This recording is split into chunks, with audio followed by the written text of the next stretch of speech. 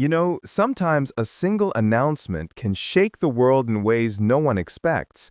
That's what happened on October 10th, 2025, when the Norwegian Nobel Committee gave the Peace Prize to María Corina Machado, Venezuela's most famous opposition leader, a woman banned, hunted, and silenced for years under Nicolás Maduro's regime. At first, I thought it was just another symbolic award, the kind that makes headlines for a day. But the more I looked at it, the more I realized this wasn't just about a medal or a speech in Oslo. This was a moment that tied together some of the biggest tensions of our time: democracy versus dictatorship, moral leadership versus realpolitik, and even America's complicated role in other countries' fights for freedom. And somehow, Donald Trump ended up right in the middle of it. So today, let's talk about what really happened, why it matters, and what it tells us about the state of democracy, not just in Venezuela, but across the world.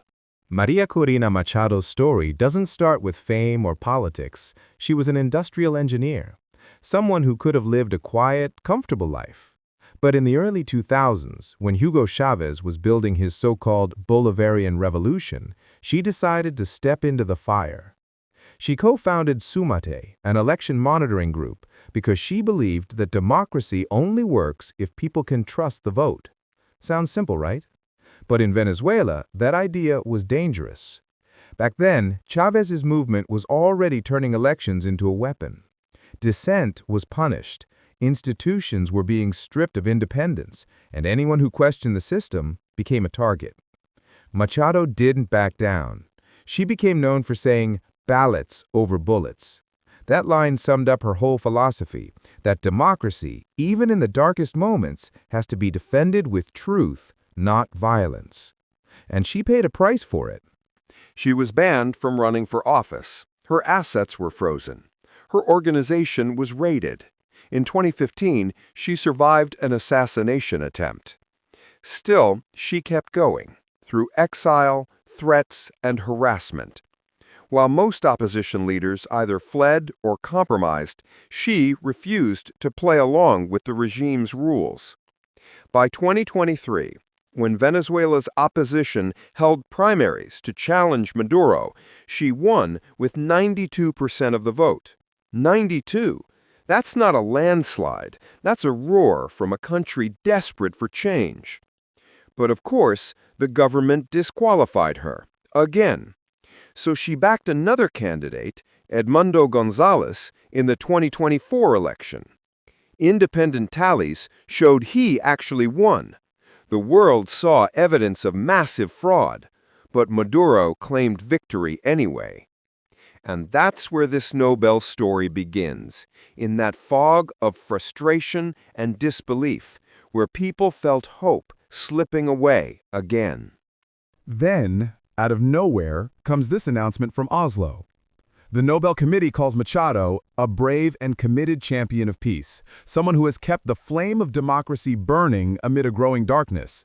They highlight her tireless work promoting democratic rights and seeking a peaceful transition from dictatorship to democracy. Now, for anyone who's followed Venezuelan politics, those words hit hard, because Machado isn't some abstract activist. She's someone who's lived underground, who's been silenced, and yet somehow has remained the moral center of her movement. But the timing of the award, that's where things get interesting. It came just days after Donald Trump, now back in office, brokered a ceasefire in Gaza. That deal was being praised worldwide as a major diplomatic breakthrough. People were already speculating that he might finally win the Nobel. Then, boom, the prize goes to María Corina Machado. To her credit, she didn't treat it like a personal victory. She said the award belonged to the suffering people of Venezuela. But then she added something unexpected. She thanked Trump for his decisive support and said U.S. sanctions and pressure helped her cause.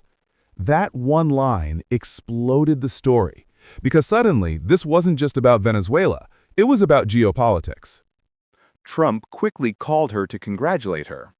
But then, the White House communications team, yes, his own staff, blasted the Nobel Committee. They called the award politics over peace. Now, that might sound strange, right? The president congratulates her, but his own administration attacks the committee. But it makes sense if you think about Trump's style. He wanted the Nobel for himself. He'd been campaigning for it, quietly but persistently. He even had allies like Pakistan and Muhammad Yunus lobbying for his nomination. His Gaza ceasefire was supposed to be his big "I told you so" moment to critics. So when the prize went to Machado instead, it felt like a snub, and not just to Trump, but to America's claim to moral leadership. Critics called it a message that courage in the face of repression matters more than power politics. Even The Guardian suggested the Nobel Committee was sending a subtle jab at Trump's past rhetoric, especially the times he'd questioned U.S. elections or deployed troops during protests. Former President Barack Obama, himself a Nobel winner, posted a short but pointed message: "We must preserve our own democratic traditions." That line stung. Meanwhile, Trump publicly brushed it off, saying, "I don't need a fancy medal. I've got the deals that matter." But reports said he was fuming privately, feeling the prize had been stolen from him. In that sense, the Machado Nobel became more than an award. It was a mirror. It reflected how global politics is shifting, how ideals clash with ego, and how even peace prizes can become battlegrounds. Now, let's go back to Caracas. The moment the news broke, the streets erupted. People poured out chanting, "Maria, libertad! Maria, freedom!" For a nation that's lived under shortages, censorship, and fear, this felt like oxygen. There were protests, yes, but they were mostly celebrations. Some clashed with security forces, but others just stood waving flags, holding candles, singing the national anthem. In Altamira Square, opposition figures called it a Nobel for all of Venezuela. Meanwhile, state TV went into overdrive. They called it imperialist meddling. They said the international right was using the Nobel to plot a coup. But the more the regime tried to downplay it, the more symbolic it became. Because for the first time in years, Venezuelans felt seen by the world. And it wasn't just inside the country. In Miami, Bogota, and Madrid, exiled Venezuelans rallied with banners reading Nobel de la Esperanza, Nobel of Hope. One Miami activist said something that stuck with me. "Maria's our Malala.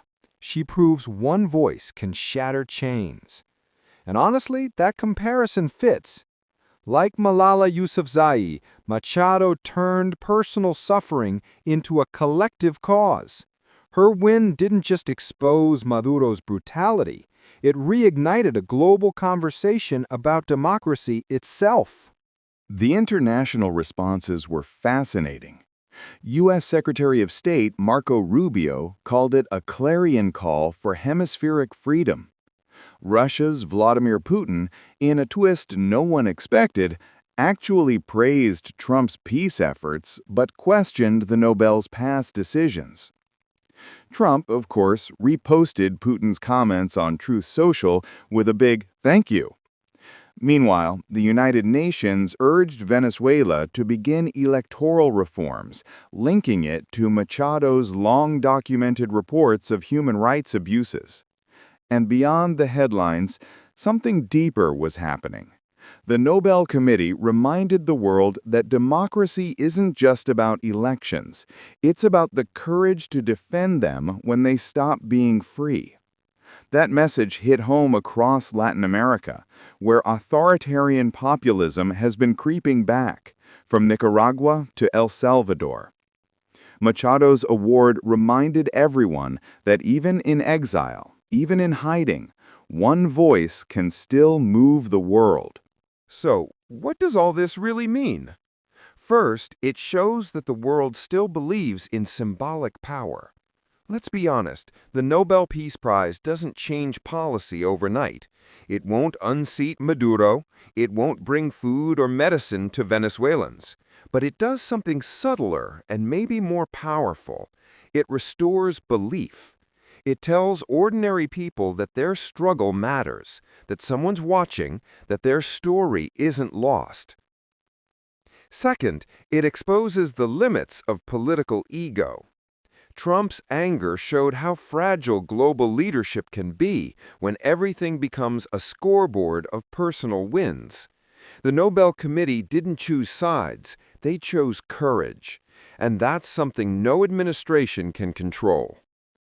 Third, it shows that democracy, for all its flaws, still has defenders willing to risk everything.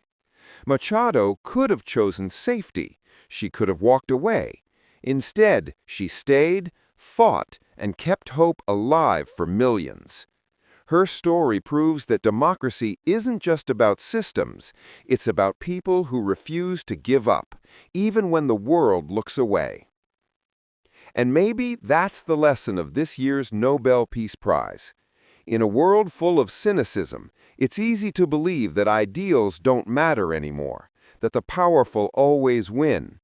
But then, someone like María Corina Machado steps up, and suddenly we're reminded that the fight for freedom never really ends. It just passes from one generation to the next. As Machado prepares to accept her prize in Oslo this December, she does so not as a politician, but as a symbol. A reminder that peace isn't the absence of struggle. Sometimes, peace is the struggle. And for Venezuela, her Nobel isn't the end of a story, it's the start of a new one. One where the world is finally paying attention again. So yeah, maybe this wasn't Trump's year to win a Nobel. But maybe, in a strange way, his loss gave democracy one of its loudest victories.